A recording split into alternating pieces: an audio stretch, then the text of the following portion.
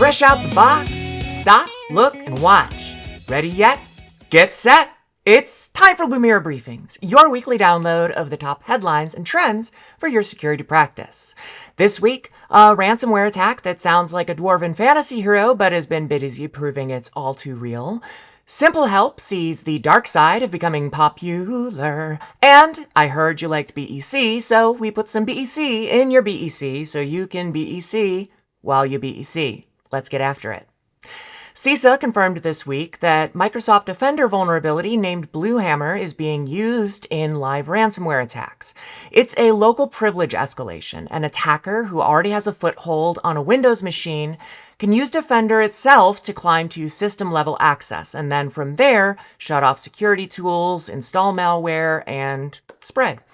First discovered in April, CISA has now updated its Known Exploited Vulnerabilities entry to show that ransomware crews are exploiting it in the wild. The escalation path runs through the software that was supposed to raise the alarm. So Matt, what's the immediate action plan for teams that are facing this threat? The immediate priority is simple. Figure out whether you're running the affected software and if it's exposed to the internet. If you are, they should move to the top of your to-do list today because we're way past the theoretical risk. Attackers are actively using it. If you're an MSP, remember that management platforms are high-value targets because they're trusted by design. Today's July 3rd, 2026, and it's also the 5-year anniversary of the Kaseya VSA incident. And that should serve as a reminder that attackers haven't really changed their playbook. They're still looking for the shortest path, the largest number of systems. Now, compromising one management platform can provide access to multiple customer environments, and that's exactly why these platforms remain attractive targets. One thing I always watch, aside from the vulnerability itself, is where it's being exploited. This is another example of attackers going after software that's central to IT operations. They're not picking random targets here. They're looking for tools that already have broad access because it saves them work. It's the equivalent of, going and buying a cake mix instead of making the whole thing yourself. It's a bit of a shortcut. Now, beyond applying a vendor's fix, verify that the system isn't unnecessarily internet-facing. Review your administrative accounts that have access to it.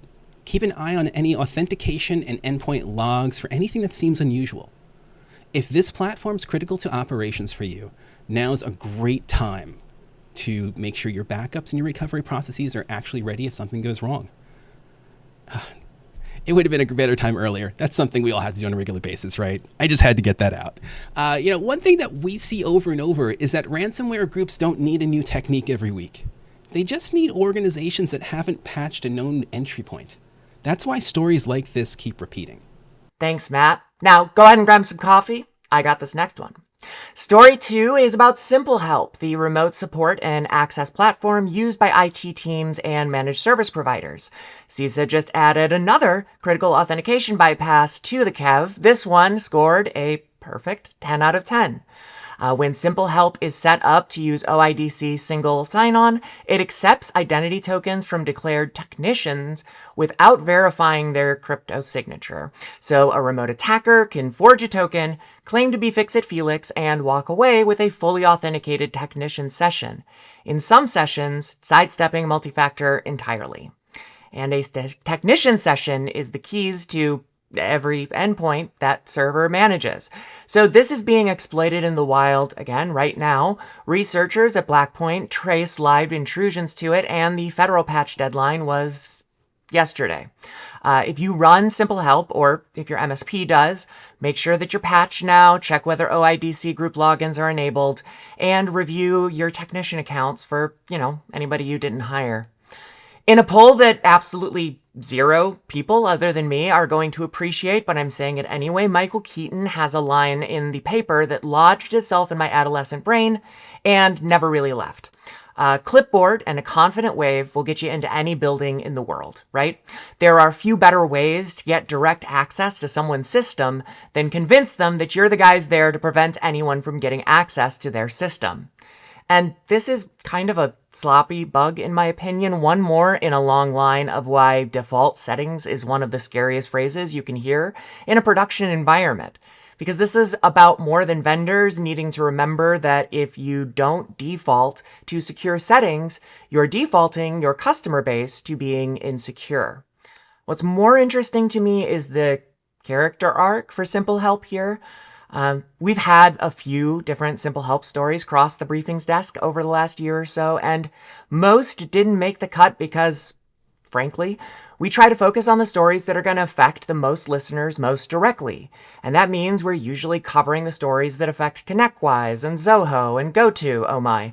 Not SimpleHelp, right? But they've been on the come up lately and are learning the hard way that with moderate popularity comes less than moderate targeting. Choosing solutions with a good-sized install base is usually part of the math when you're considering who your vendors are going to be, because patches are more likely to come promptly from a company with the customer pressure to patch quickly and the revenue to do so.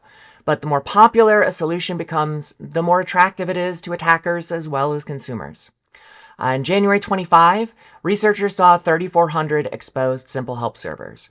When they were researching this bug a year later, they found almost 14,000. And it turns out that an order of magnitude in growth has a pretty big impact on your threat profile. And you can see that at the tool level, or you can see it at the macro level. Once multi-factor became the standard, we saw the shift to 2FA sidestepping auth attacks versus just clicking the easy button on a password dump. Now, we're seeing a spike in EDR killers as it's become the norm and displaced traditional and next-gen antivirus. Now, does this mean that you go back to security by obscurity? No, of course not. But you may want to do a new scan of whether that vendor has had a or several vulnerabilities, and in particular how they responded afterwards, along with looking at what customers have to say. Now, our last story this week comes from Cisco Talos, who found an operator panel called ARToken, an affiliate of the Evil Tokens phishing operation that targets Microsoft 365. And this goes well past a phishing kit. It manipulates inbox rules, abuses shared access links, and then hides between 7 layers of anti-analysis protection.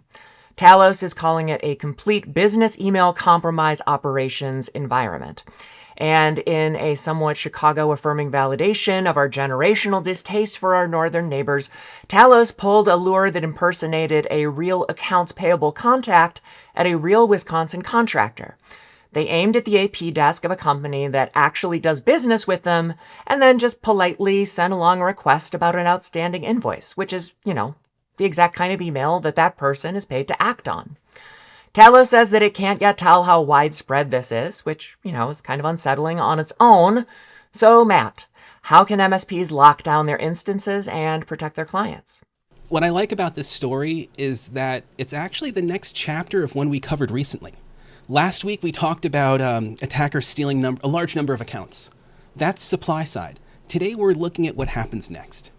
Cybercrime follows economics just like any other industry. Once there's enough supply and enough demand, a marketplace will appear. Hell, it even happens with Pokemon cards, right? Last week was the stocking of the shelves, and this week someone's opening the store. What's concerning here isn't that it exists, it's that it's lowering the barrier to entry. An attacker no longer needs to build sophisticated phishing infrastructure from scratch. They can essentially rent capabilities that used to require a lot more technical expertise. Around here, we call that BEC-as.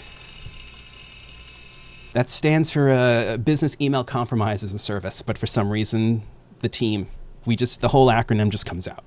Now, that means that we need, and you need to assume that, you're facing increasingly capable attacks from a much wider pool of threat actors. It's no longer just the highly skilled groups that are using these techniques. They've become so much more accessible. Now, from a defensive standpoint, phishing-resistant MFA like passkeys and hardware security keys and, all these things dramatically reduce risk. You also need to pay attention to impossible travel alerts, unusual session activity, and new device registrations.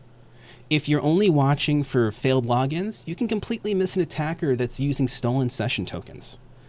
One thing that I've learned over the years is that when cybercrime starts offering something as a service, it's usually a sign that it's matured. It's no longer a niche capability, it's becoming a part of the standard toolkit. Right. So this week, I guess the theme is misplaced trust did all the heavy lifting. Windows had to ask who defends the defender. SimpleHelp locked the door, but then left a key-cutting machine set up right outside. And an accounts payable inbox got popped through a familiar invoice from an unfamiliar source, at least theoretically. 3 trusted things, 3 quiet betrayals, 0 forced entry. That does it for me this week, so until next time, stay safe out there.